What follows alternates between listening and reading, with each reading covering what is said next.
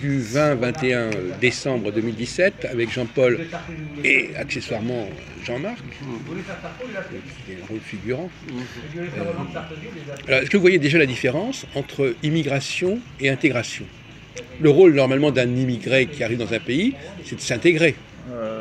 C'est même une obligation en principe. Bon, qu'est-ce qui va bloquer cette intégration? Qu'est-ce qui va faire obstacle à cette intégration? Et qu'est-ce qui va faire? Alors on va avancer comme ça, c'est une vraie réflexion philosophique. Alors est-ce que vous imaginez déjà, à premier degré comme ça, qu'est-ce qui peut faire qu'une immigration risque d'avorter ou d'arriver à des résultats de rejet? Bah, déjà, il faut Alors immigration, quel que ce soit pas forcément des étrangers, ça peut être des femmes qui veulent entrer dans une entreprise, ça peut être des gens qui veulent entrer dans une ville. Oui, mais elle ne va pas venir ici, je pense pas. Donc, après, je vous poserai d'autres questions plus pointues, mais pour l'instant, je voudrais vous mettre un peu en hors d'œuvre. Qu'est-ce qui va faire blocage à cette immigration? Voilà. Un blocage paradoxal, c'est-à-dire que, bon, je ne veux pas vous mettre trop sur la voie. Je vous laisse. Qu'est-ce qui peut faire que cette immigration, au fur et à mesure qu'elle va avoir lieu, risque d'avoir des effets contre-productifs pour l'immigration elle-même? Bon, blocage. Alors, qu'est-ce qui peut faire blocage à l'immigration? Voilà. De toute façon, vous savez que je viens d'avoir une discussion d'un quart d'heure avec Valentin. Donc, c'est pour mettre un peu en... C'est pour compléter votre... Le blocage, oui, il peut y avoir une différence culturelle qui fait que l'adaptation... Oui, mais enfin, d'accord. Bon, très bien. Alors, on va poser le problème autrement. Hein. Bon. Vous avez une population X de gens qui vont immigrer. Ouais. Et qui vont entraîner avec eux d'autres personnes du même groupe. Le fait qu'ils restent, qu'ils se retrouvent dans le même groupe, qu'ils se retrouvent dans la même sphère culturelle qu'en immigrant, ils n'arrivent pas à s'adapter parce qu'ils ne sont pas, ils sont pas assez en contact avec les autochtones. Et pourquoi ils ne sont pas assez en contact avec les autochtones? Parce qu'ils restent repliés sur leur groupe d'origine. Oui, ils sont dans leur communauté. Oui. Voilà, ils sont dans une communauté. Et donc, oui, mais imaginons donc finalement, un immigré qui appartient à aucune communauté, il va donc mieux s'intégrer qu'un immigré qui appartient à une grosse communauté. Ah, c'est possible, ouais. Non, attendez, je vous demande comme ça. Je pense que si un immigré, par exemple, dans un pays, il n'y a pas les autres comme lui, s'il se trouve qu'il se trouve là, il y a peut-être plus de chances qu'il s'assimile plus ou moins bien que s'il y a beaucoup de gens de sa communauté qui vont lui... En fait, ça fait une sorte de colonie, mais ça fait pas... C'est ça. Voilà. Pas mal comme réponse, déjà. C'est intelligent. Vous êtes en forme aujourd'hui. Ben, c'est... Ouais. Non, mais, donc, bon. Alors, prenons le cas des femmes. Vous avez par exemple des femmes qui rentrent dans une entreprise. Ouais. Et puis, il y a toujours plus de femmes qui rentrent dans l'entreprise en question. Qu'est-ce qui va bloquer à un moment donné? Le fait qu'il y a trop de femmes, alors peut-être. Alors, trop de femmes, ça veut dire quoi, trop de femmes, finalement? Comment ça va se ressentir, cet excès de cette présence de femmes? Dans la hiérarchie, ce sera des femmes qui vont s'occuper d'autres femmes, qui vont peut-être avoir des jalousies, choses comme ça, non? Oui, oui. Ça va bloquer leur... Mais c'est pas, on est encore loin du vrai problème. Il y a un paradoxe. D'ailleurs, vous l'avez signalé, le paradoxe. C'est que là, vous l'avez déjà amorcé, vous l'avez dit. Quand il y a peu de gens du groupe, ça s'attaque plus facilement que quand il y a beaucoup de gens. Ouais. C'est un peu paradoxal. Ouais. C'est-à-dire que plus l'immigration réussit par rapport à un groupe donné, plus ça risque de gêner l'intégration. Ah oui, de toute façon, après, au bout d'un nombre trop important, il n'y a plus d'intégration. Au bout d'un moment, c'est une colonisation, même un remplacement. Hein. Voilà. Donc, voyez-vous, c'est intéressant comme paradoxe. C'est une loi. C'est une loi, c'est-à-dire que vous laissez l'immigration se développer et elle va se bloquer elle-même. Ouais. Ouais, c'est intéressant comme idée. C'est vrai. Hein? Parce que ça veut dire que bon, vous demandez à plus de gens du groupe d'arriver et finalement, ils vont se trouver de plus en plus séparés. Ce qui pourrait paraître paradoxal. sais pas si ça a été dit avant, ce problème-là. Si, Jean-Marie Le Pen, pour reprendre Oui. quelqu'un qui a lutté contre l'immigration, Jean-Marie Le Pen, c'est ce qu'il disait en gros. Ce qu'il disait dans Oui. une de ses affiches. Alors là, dites-nous. où il mettait au bout de 6 c'est comme dans une mobilette, il faut 6% de mélange pour que ça Oui. fonctionne, et si on Oui. ajoute Oui. un certain nombre de pourcentages, ça Oui. ne fonctionne plus. Oui, d'accord. C'était cette idée-là en fait qui D'accord. reprenait. Mais moi, je vais beaucoup plus loin que ça. C'est simplement là, Il c'est me semble, un de mémoire, c'est vieux. Oui, hein. non, mais d'accord, mais je vais plus loin que ça. 90, En réalité, c'est pas ça la vraie clé du problème, mais je vous félicite déjà d'avoir répondu à ce stade-là. Tout le monde n'aurait pas forcément répondu parce que c'est un paradoxe. On dit, bah non, plus ils vont s'immigrer, plus ils vont renforcer leur position. On va faire un petit crochet par la linguistique. Ouais. Parce que vous savez que les mots qui rentrent dans une langue, c'est un peu comme des immigrés. D'une certaine manière, oui. On peut faire une analogie. Des mots étrangers, et on parle de mots étrangers. Donc, les mots étrangers, ils rentrent dans une langue.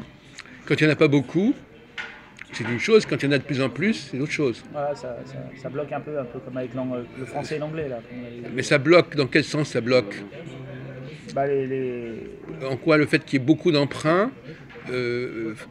bloque plus que quand il n'y en a pas beaucoup? Ça fait des doublons, non? C'est ça? On en avait parlé, oui, il y a des doublons, entre autres. Oui, d'accord. Bon. Mais il y a, comme vous dites, il y a une sorte d'état dans l'état. Voilà, ouais, c'est ça. On avait dit ça. État dans l'état. C'est-à-dire qu'il y a un groupe important va se constituer et va avoir une présence, une visibilité de plus en plus grande. Voilà. Bon. Alors, on va changer là, on va passer à un autre angle. Est-ce que les immigrés de deuxième ou troisième génération, ils s'intègrent mieux que ceux de première génération? Bah, apparemment, quand il y a beaucoup de nombre, apparemment non, parce qu'ils sont. Ça sera plus difficilement. Apparemment, ceux qui sont arrivés les premiers, se sont mieux intégrés, pour certains, sont mieux intégrés que ceux qui sont venus. Et vous savez pourquoi, à votre avis? Parce qu'ils restent dans la même sphère culturelle, parce qu'en fait, c'est comme un phénomène de colonie. C'est comme s'ils étaient toujours dans leur pays, mais dans un autre Non, mais les premiers, pourquoi les premiers se sont mieux intégrés? Justement, ils n'avaient pas de.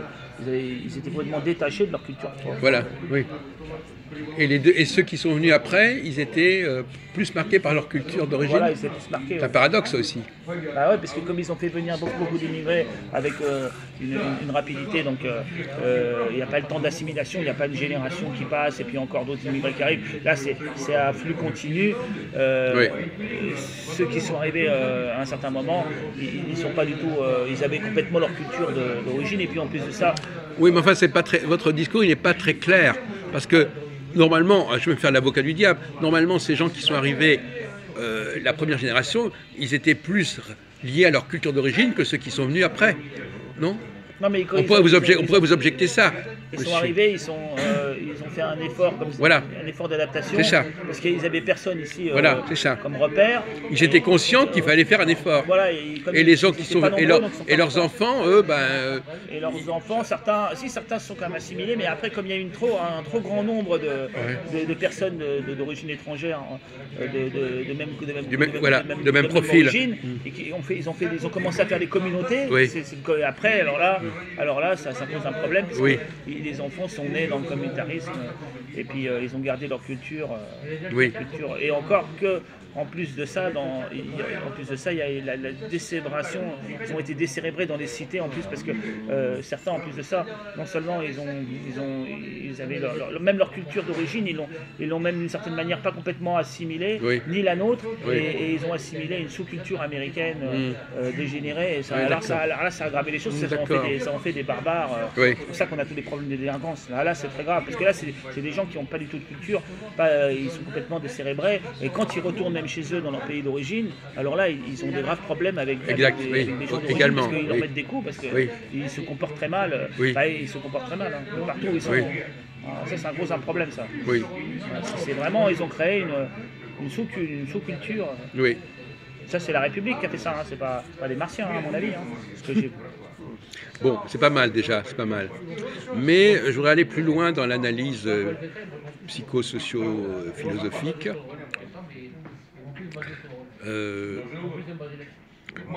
Par exemple, je vais prendre le cas israélien, par exemple. Le cas israélien, je ne le connaissais peut-être pas, mais enfin, le cas israélien. L'immigration russe. Alors, par exemple, il y a eu beaucoup de juifs russes qui sont arrivés en Israël Il y a peut-être presque que, d'ailleurs, qui sont arrivés en Israël dans les 40 dernières années. Ouais, les refusniks, tout ça. Là, Non, mais il n'y avait que, il n'y avait pas d'autres juifs d'ailleurs. Il y a eu un petit peu aussi les falachas. Voilà, c'est ça. Voilà, exactement. Les deux groupes dominants de l'immigration des 40 dernières années, c'est falachas et russophones. Bon. Alors, quels ont été les... Alors, pour prendre cet exemple, ces russophones, est-ce qu'ils se sont intégrés ou pas intégrés dans la société israélienne? Bah, je sais pas trop là. Je sais, mais enfin, vous pouvez l'imaginer. Certains ont dû les juifs, Qu'est-ce qu'il y a les juifs, c'est différent parce que c'est quand même une volonté de s'assimiler, de faire son aléa. Donc c'est quand même différent. Et là, il y a une volonté vraiment de faire un effort. Donc, oui, mais enfin, on peut dire aussi qu'ils sont tous les parce immigrés. que l'immigration qui vient aussi ici, souvent, c'est des gens ils les sont venus les chercher ou enfin, ils viennent comme ça ici sans trop. Ils n'ont pas de volonté. Ah oui, d'accord. C'est pas comme celui qui fait son rêve américain, le français ou le polonais ou l'allemand, qui à un certain moment voulait partir aux États-Unis pour faire le rêve américain. Là, il part là-bas, il s'adapte, il travaille. L'israélien, c'est un peu ce type-là, c'est le rêve israélien, le rêve de l'Aïa. Donc là, il fait un effort, en principe, il fait plus d'efforts. Mais les Russes, apparemment, certains, qui étaient même peut-être même, j'ai entendu dire que certains n'étaient même pas juifs, mais comme ils voulaient fuir, ils se sont fait passer pour des juifs. Oui, mais enfin, d'accord, je comprends votre argument. Arrivé là-bas, c'est vrai que... On va prendre un contre-argument. Les femmes aussi, elles veulent être intégrées. Elles veulent entrer dans l'entreprise. Donc l'idée de vouloir, la plupart des immigrés, ils sont quand même dans une forme de vouloir quelque part. Hein. Bon, donc c'est pas bon. Ouais, enfin, le vouloir n'est pas tout à fait le même. Je pense que le juif qui part en Israël, quand même, il y a quand même une volonté de faire un effort. En tout cas, le résultat, c'est qu'en fin de compte, ils ne se sont pas bien intégrés. Voilà, ces juifs russes ne sont pas bien intégrés. Pour des raisons que vous avez d'ailleurs décrites, parce qu'ils se retrouvent entre eux. Et donc ils ont gardé plus une culture... Voilà, donc finalement, quelle que soit leur volonté, comme vous dites, en réalité, ça ne s'est pas résolu.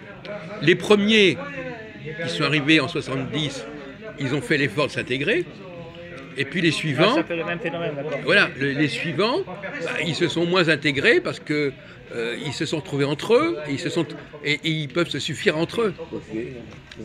Ah non, vous n'avez pas à partir là. Oui, d'accord. Non, je vous donne cet exemple pour montrer que même en Israël, les problèmes ne sont pas résolus pour autant. Hein, pas du tout. Parce que ces Israéliens ont une capacité d'intégration qui est assez faible finalement, parce qu'il y a tellement d'immigrés que finalement, chaque groupe se constitue comme ça. Mais on va se concentrer sur les femmes. Un des sujets qui nous intéresse. Bon, mais je crois que vous n'avez pas tout à fait vu l'angle qu'il fallait, mais vous avez déjà pas mal réussi. Les femmes dans une entreprise, prenez une femme, vous prenez une femme dans une entreprise, bon, elle va s'intégrer, elle va accepter les valeurs masculines, d'une certaine manière. Mais vous rajoutez d'autres femmes, qu'est-ce qui va se passer? Elles vont garder leur penchant féminin. Elles vont revenir. Voilà, et ça va poser plus de... C'est-à-dire qu'elles vont être attirées, elles vont dire « Ah, il y a d'autres femmes » et elles vont rentrer dans une logique féminine. Elles vont pas modifier leur façon de faire. Non, elles vont revenir en arrière. Voilà, elles vont régresser. Les premières, d'ailleurs c'est ce qui se passe en Israël aussi, les premiers qui sont arrivés dans un groupe donné, ils sont bien intégrés, enfin ils ont essayé de bien s'intégrer. Mais quand il y en a d'autres qui arrivent, c'est pas tellement qu'il y a un refus, c'est qu'eux-mêmes, ils sont tentés de vivre en vase clos.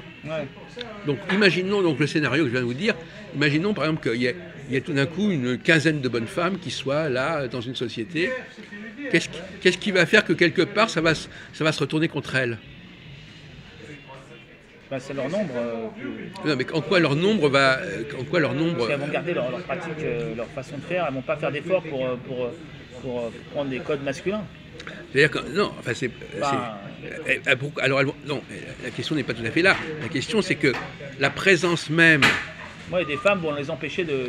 la présence même des femmes va les amener...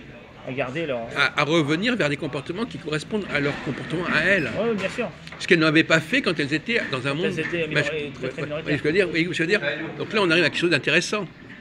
C'est-à-dire qu'effectivement, le nombre... Alors, on va prendre un autre exemple. Dans une école, par exemple, des jeunes enfants qui sont de 2e ou 3e génération noirs, par exemple. Alors, est-ce qu'ils vont aller avec des blancs ou est-ce qu'ils vont rester entre noirs? Souvent, ils restent entre eux, Voilà. Alors pourquoi ils restent entre eux? Ouais, c'est atavique. Hein, voilà, donc ils vont se maintenir dans les valeurs du groupe en question, d'autant plus que ce groupe va être relativement important. S'il y avait un élève noir dans une école, ça ne poserait pas de problème pour eux. Pour eux, même pour eux. Mais quand vous en avez des dizaines et des dizaines, quand ils sont un nombre assez, alors là, l'élément noir de ce qui peut être commun à ce groupe va être déterminant. Et donc on va les retrouver entre eux. Et donc finalement, leur intégration, elle va être compromise, elle va être remise en question. C'est sûr. Et donc on va tomber dans une forme d'apartheid. Bah, c'est pas d'apartheid. Non, il n'y a pas d'apartheid du tout, mais c'est... C'est-à-dire que les gens vont eux-mêmes se mettre à part. Il y aura un communautarisme. Communautarisme, voilà. Apartheid, après, bon, peut-être certains blancs vont être mis, il va y avoir une apartheid contre les blancs. Mais la question, c'est de savoir, si est-ce vraiment ils sont nombreux, et si vraiment, et en plus vient se greffer des rancœurs politiques ou religieuses, différences religieuses, tout ça. La question qui se passe avec les problèmes du racisme anti-blanc, et surtout, en ce moment, de ce qu'on voit, d'ailleurs c'est la gauche qui le fait, il y a des réunions maintenant interdites aux blancs. C'est-à-dire qu'il y a des réunions politiques qui sont faites où les Blancs n'ont pas le droit de participer. Oui. Et ça existe déjà je crois que c'est les Insoumis qui font ça, et puis d'autres groupes, les indigènes de la République qui font ça. Et ça, apparemment, bon, même nos démocrates, là, les républicains, ils se sont opposés à ça. Ils ont quand même mis le haut là en poursuivant les auteurs de... Parce que normalement, tout le monde est... Ou des femmes qui disent qu'elles veulent être entre elles aussi. Alors, il y a ça aussi, femmes et femmes noires. C'est-à-dire que là, il y avait eu au mois d'août une grande réunion, un grand festival où c'était interdit non seulement aux blancs, mais aux hommes aussi. Oui. C'est-à-dire que là, il fallait être femme et noire, oui. Sinon on n'avait pas accès. Oui. Donc là aussi, ça aussi c'est la mairesse de Paris là, qui l'avait accordé, puis après je crois qu'elle est revenue dessus. Oui, je ne sais plus exactement comment ça s'est terminé, ça, mais je crois que ça a lieu. Hein. Je crois que ce festival a quand même eu lieu, il me semble. Hein, mais en fin de compte, c'est un comportement qui vient des immigrés ou de la société? Ça vient des politiques, de certaines politiques qui sont développées par l'extrême gauche, par ce qu'on appelle les indigènes de la République. Alors, vous pouvez repréciser la notion d'indigène de la République? Les indigènes de la République, c'est des gens qui considèrent que dans la République, les gens issus de l'immigration sont toujours des indigènes, c'est-à-dire comme sous l'indigénat avant qu'on avait la colonisation. Ah oui, d'accord. Et c'est-à-dire que la colonisation serait, enfin, les choses qu'ils considèrent eux comme néfastes, issues de la colonisation, se perpétuent dans la République, et qu'en fait, apparemment, les gens de l'immigration sont toujours considérés comme des indigènes et qu'ils doivent d'une certaine manière, comme ils sont maintenant plus nombreux, faire valoir leurs droits ou même s'imposer par rapport aux autochtones, c'est-à-dire aux descendants des colonisateurs, et ils continuent à vouloir culpabiliser les Européens qui sont considérés comme descendants des colonisateurs et comme des gens qui doivent se faire pardonner de manière perpétuelle, un peu, si j'ai bien compris. Enfin, c'est un peu l'idée, mais ils ont des éléments complètement fous de blancs qui eux, par exemple, vont en Afrique et acceptent de porter des chaînes pour pouvoir se faire pardonner ou de revivre la vie des esclaves noirs ou de faire des choses. Enfin, c'est une véritable maladie mentale. Hein.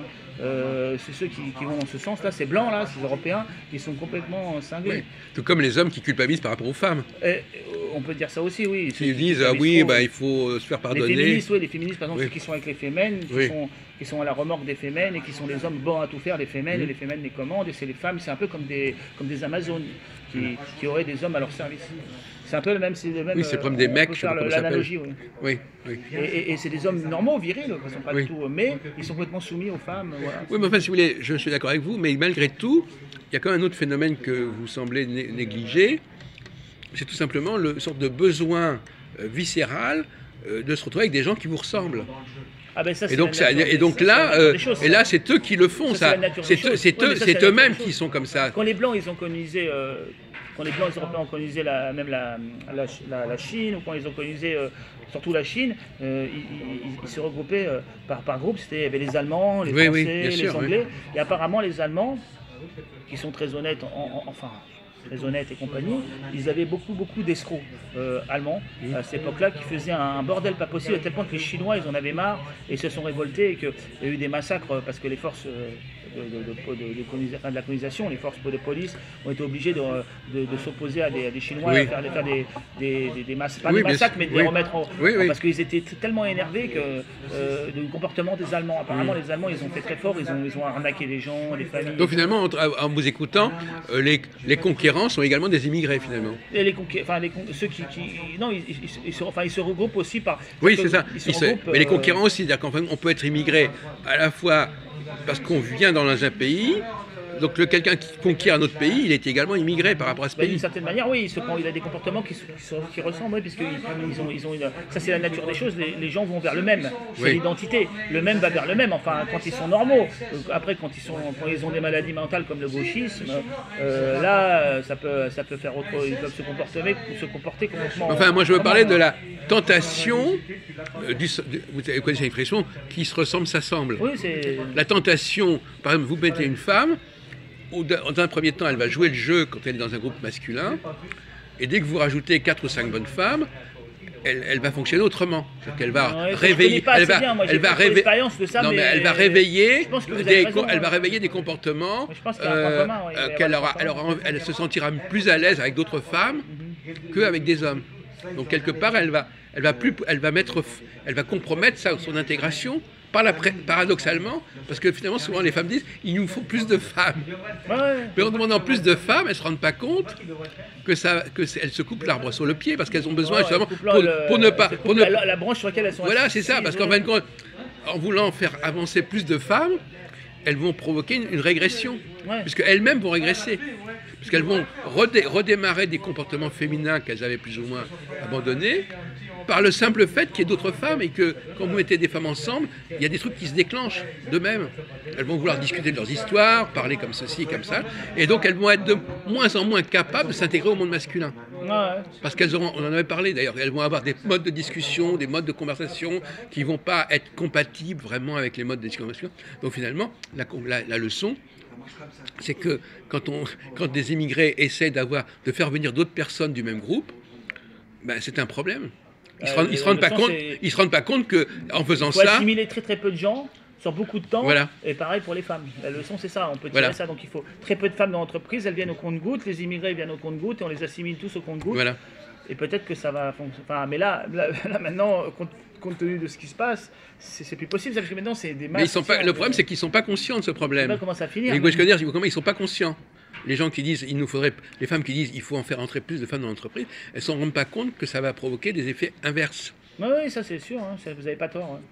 Enfin, je veux dire, il faudrait qu'elles soient conscientes, parce qu'en fin de compte, et c'est presque une logique qu'elles ne peuvent pas éviter, parce que quand il y en a déjà, pourquoi pas plus? C'est sûr.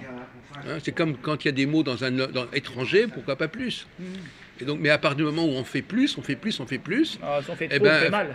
D'ailleurs, maintenant, il se pose le problème, là encore, de tous ces réfugiés là, qui viennent en France, là, et qui sont...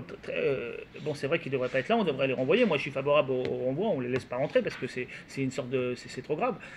C'est un remplacement de population, c'est vraiment... Et en plus de ça, on ne les reçoit pas dignement, parce qu'apparemment, là, ils vivent comme des clochards. Oui, mais là, on n'est pas en train... Et en plus de ça, apparemment, la police s'est très mal comportée envers eux. Oui. Des choses très très graves se sont passées, des gazages de sacs à dos, des choses. C'est vrai que ça, oui. c'est pas. Soit on les fait venir dans des conditions normales, soit on les renvoie chez eux. Mais ce qui est fait, hein, c'est vraiment n'importe quoi. Oui. C'est vraiment un comportement qui à la fois veut se faire passer pour un comportement démocratique, bienveillant, et fait tout l'inverse. C'est une duplicité. La duplicité avec tout ce qu'elle a de plus mauvais. Enfin, cela dit, je ne vous suivrai pas très bien sur ce sujet, parce que moi, ça ne me gêne pas qu'il y ait des immigrés qui arrivent en masse, à condition qu'ils restent entre eux.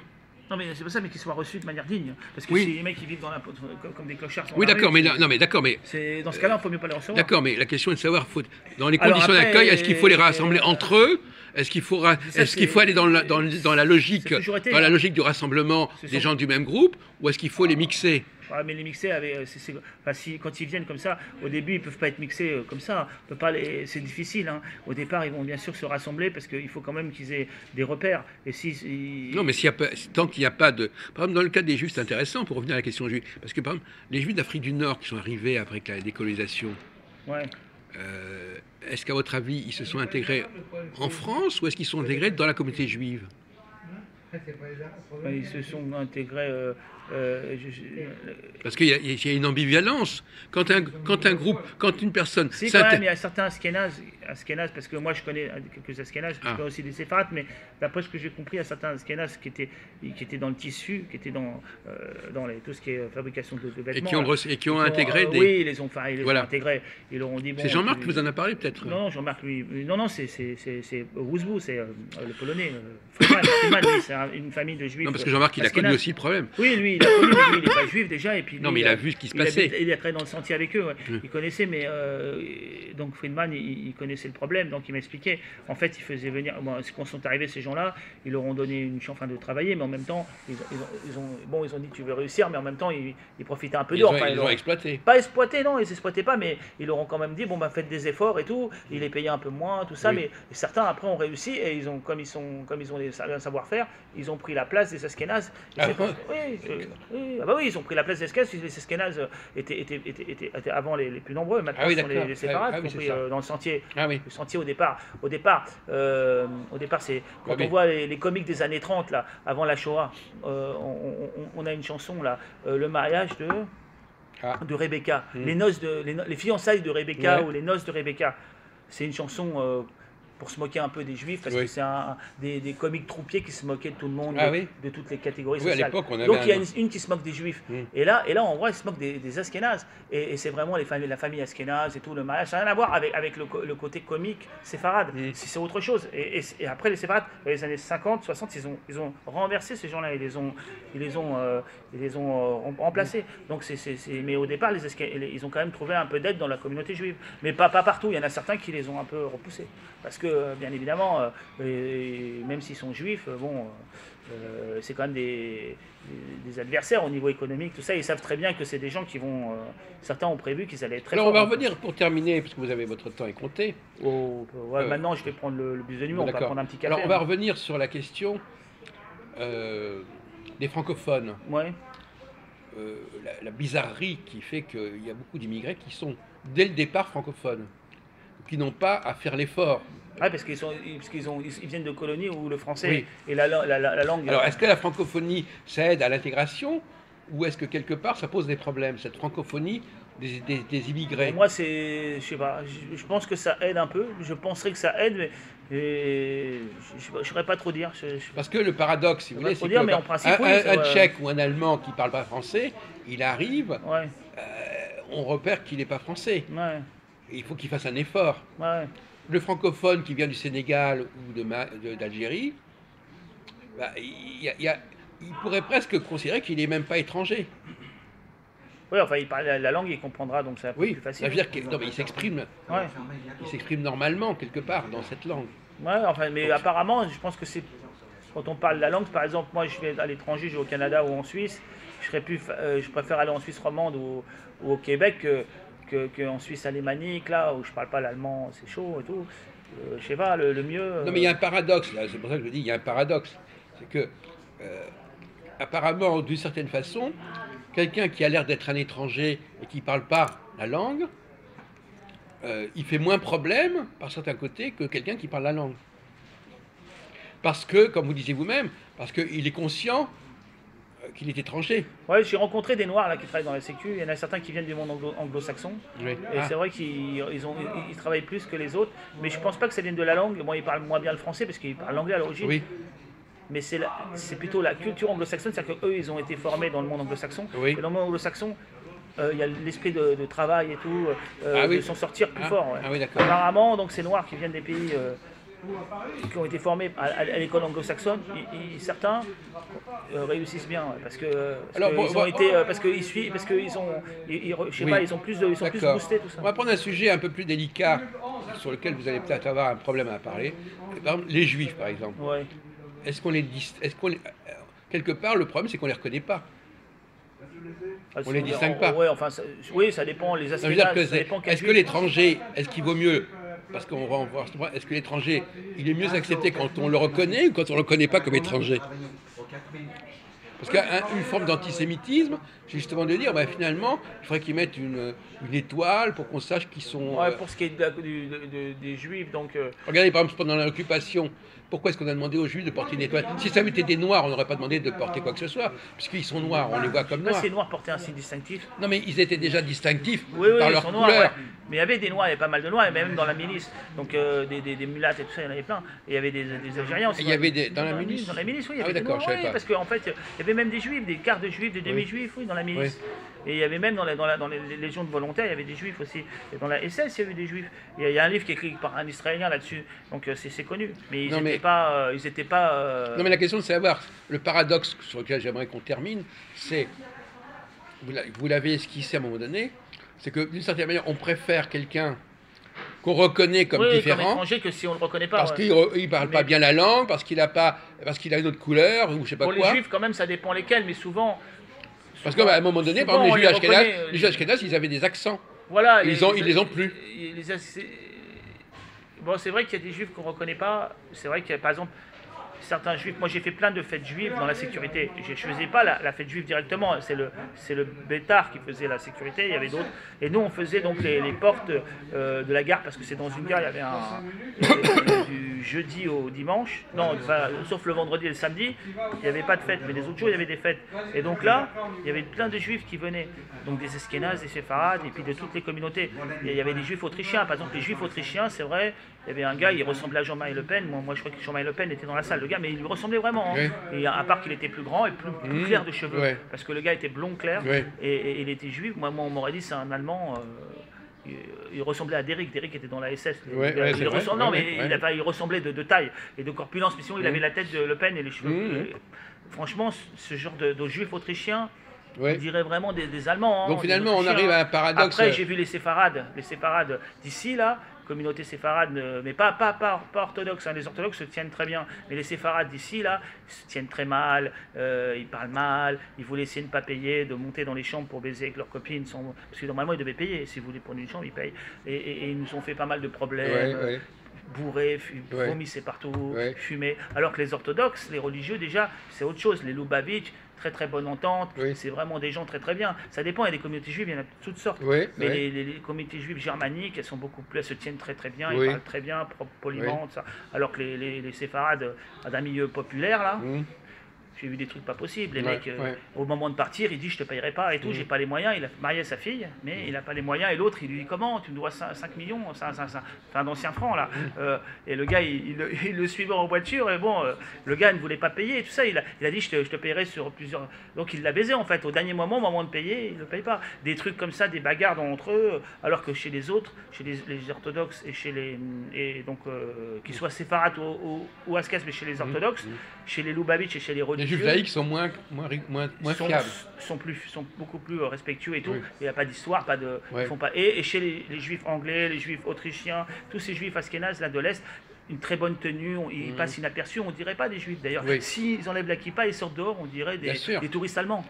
Alors c'est différent, chez eux ça dépend quelle communauté, mais les séfarades, c'est vrai qu'ils sont marqués. Séfarades d'Afrique du Nord, ils sont marqués. Donc finalement on arrive à une sorte par leur comportement et par leur physique aussi. On arrive à une situation un peu paradoxale, parce que on a conclu que les juifs, pas les juifs, mais les immigrés, au sens très large du terme, immigrés, toutes sortes de catégories, quand on les reconnaît, c'est un problème.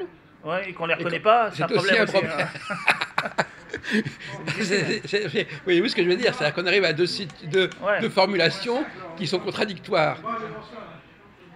C'est sûr, mais là il va falloir qu'on parte. Oui, d'accord. On va réfléchir à tout ça. On arrive à cette contradiction. On est un petit café là-bas. Oui, si vous voulez. Vous comprenez ce que je veux dire? C'est assez comique. Ouais. Alors alors c'est-à-dire que le problème se pose dans les deux sens. C'est-à-dire, soit ils sont trop visibles et c'est un problème, soit ils ne sont pas assez visibles et c'est un problème. Normalement, il faut des sociétés homogènes, le plus possible, avec des petites minorités, petite dose, petite dose. Bon, après, qui sont adaptés comme les anciens juifs, ceux du pape, là, ceux qui étaient là depuis des années. Oui, comme les miens, mes parents. Ils passent inaperçus, tout ça. Ceux-là, ils sont vraiment, même à tel point, on croit que c'est vraiment des paysans français. Mais justement, quelque part, ces gens-là, ils chaînent plus assez. ils sont gênants aussi quelque part. Bah, Parce qu'on se dit, on les mais reconnaît pas. on ne les reconnaît vraiment pas, donc c'est gênant. Moi, ça me dérange. Non, moi, ça me dérange pas. Enfin, je veux dire, enfin, en tout cas, ils sont très assimilés. Ceux-là, on dirait pas Oui. des étrangers. Oui, du mais tout. enfin, justement, c'est parfois ceux-là qui sont les plus problématiques chez les antisémites. Ah, mais les antisémites, ça c'est. Enfin, les antisémites, il y a différentes Parce qu'ils sortes. disent, on ne sait pas qui est juif ou pas, peut-être que celui-là, il est juif et on ne sait pas qui Oui, il mais il y a est. les antisémites, il y a plusieurs sortes d'antisémites. Il y a des antisémites qui sont, ils sont, comment dire, ils aiment pas trop les juifs pour certaines raisons, parce qu'ils ont eu ils ont eu des problèmes avec eux, par exemple dans les affaires et tout, ou d'autres, bon, pour des raisons, voilà, mais ils sont pas c'est pas des antisémites vraiment raciaux ou Oui. profonds. Ça, il y en a très peu d'antisémites comme ça. Ah oui. Ces antisémites qui sont vraiment, qui connaissent vraiment les critères raciaux et qui veulent vraiment exterminer les juifs de manière scientifique. Oui. C'est les Anglais qui ont créé ça. Parce que avant les Allemands, c'est les Anglais, c'est Chamberlain, tout ça qui ont créé l'antisémitisme. Oui. Mais enfin, Et ils l'ont passé aux Allemands. Et après, les Allemands l'ont développé en politique, mais c'est très très peu nombreux. La plupart, par exemple, la plupart bon, des gens, oui. ils aiment pas trop telle communauté comme ça. Bon, mais c'est pas viscéral. Et puis si ça dépend qu'ils ont à faire. Bon, c'est vrai que les séfarades, ils ont, par leur comportement un peu, Oui, comme bon, j'ai là, dit, oui. là, ça donne une mauvaise image, parce qu'il y a aussi l'image qu'on donne. Et les Français de l'étranger, par exemple, les Français de souche. Mais là, au moins, on les De reconnaît. l'étranger, On les reconnaît, ceux-là. à l'étranger, il paraît qu'ils ont un comportement dans certains pays. Oui. Moi, par exemple, aux États-Unis, des fois, j'aurais pas dit que j'étais français parce que j'ai honte, je dis je suis belge, je préfère parce qu'ils se comportent tellement mal. Alors après, ça dépend aussi, il faut voir, mais des antisémites vraiment viscéraux, raciaux, techniques et tout, ça, ils sont pas nombreux. La plupart des gens. Sont pas, après, si c'est une communauté qui veut essayer de leur Enfin, faire des problèmes. il y a un critère qui est assez C'est sûr. utilisé, c'est le C'est sûr nom, le nom de famille. Oui, Alors, il y a des spécialistes qui savent que c'est le nom, c'est juif.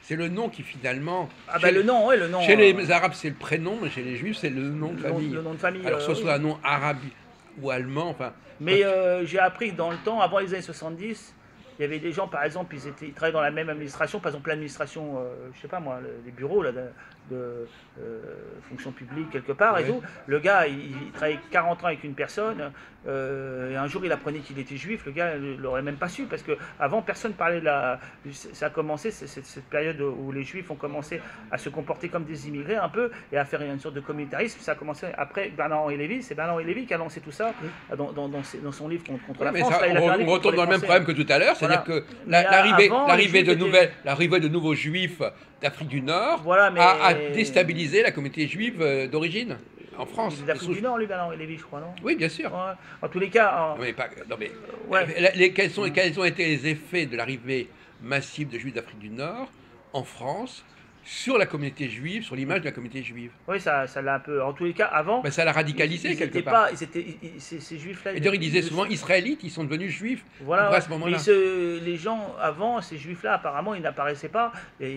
Personne ne pouvait savoir que le gars, il travaillait avec lui, il le connaissait, il le voyait. Des fois, il partait en bas. Il ne savait même pas que le gars. Et un jour, il apprenait qu'il était juif. Ça se voyait quand même dans les écoles primaires, par exemple. Voilà, oui. Les écoles primaires, on voyait bien qu'il y en avait qui n'allaient pas au patronage, par exemple. Ah oui, pour le. Alors le fait de ne pas aller au patronage, c'était une sorte de Oui, discrimination. mais moi, quand j'étais petit, à l'école, il y avait toutes sortes de gens, enfin, on a plus de Français quand même, ou d'origine espagnole, portugais, parce que moi j'étais à Saint-Ouen, donc il y avait quelques juifs, donc dont le directeur de l'école, c'était un juif séfarade. Ah ouais.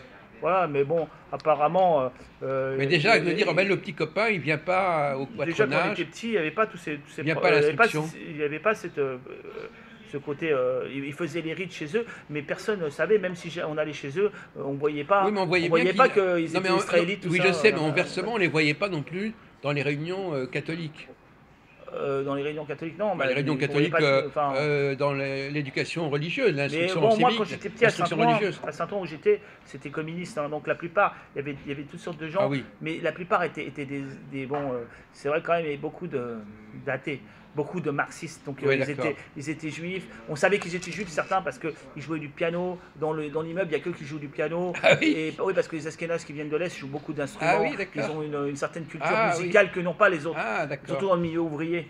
il se distingue par ça. Donc le gars qui joue du piano, qui joue un instrument avec une certaine, et puis qui achète un piano qui met toute sa thune dans le piano, parce que eux, ils ont besoin d'avoir ces instruments. Déjà, là, on sent qu'il y a des grandes chances que ce soit un juif. Il y a des grandes chances, parce qu'ils jouent des instruments. Beaucoup jouent des instruments. Alors que le français de souche qui vient de la province, la Bretagne et tout, il y en a qui jouent, mais pas, pas autant. Ils jouent beaucoup plus. Même en étant à peu près de la même classe sociale. C'est une classe sociale, enfin, plus ou moins gauche, mais mon père, lui, c'est un ouvrier, artisan. Mais là, ce que je vous parle, c'est pas des ouvriers, c'est la gauche marxiste, c'est-à-dire c'est des fonctionnaires ou des profs d'école, c'est tous des intellectuels, mais de gauche qui veulent vivre leur communisme et tout. Hein, ces gens-là. Il y a aussi quelques juifs ouvriers, mais la plupart, c'est des intellectuels, mais qui vivent dans le monde ouvrier et qui veulent faire, à l'époque des années 70, qui veulent faire la révolution et tout ça. C'est ces gens-là, hein, c'est pas des gens qui sentent la sueur. Hein, je vous pose une dernière question, puisqu'on a dérivé un peu vers le judaïsme. Est-ce que, par exemple, si vous tombez par...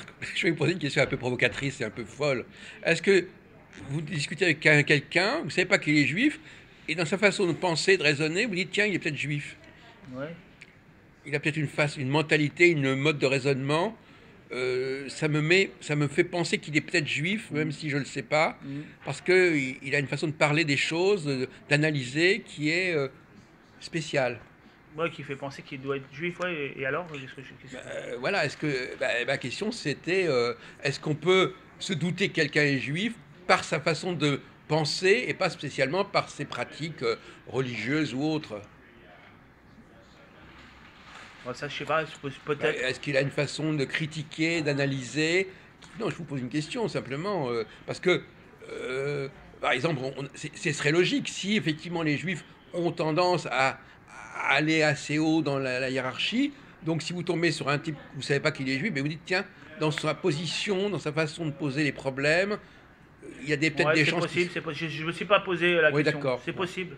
C'est possible, mais s'il ne fait pas du tout, parce qu'il peut aussi très bien, il peut très bien être d'origine juive. J'ai vu une fois une fille qui était d'origine juive et qui était antisémite. Hein.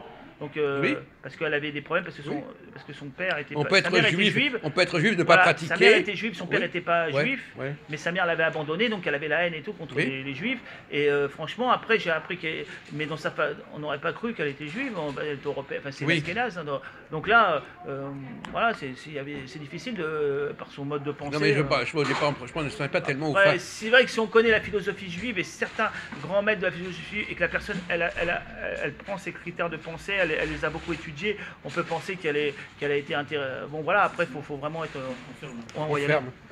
Merci. Merci.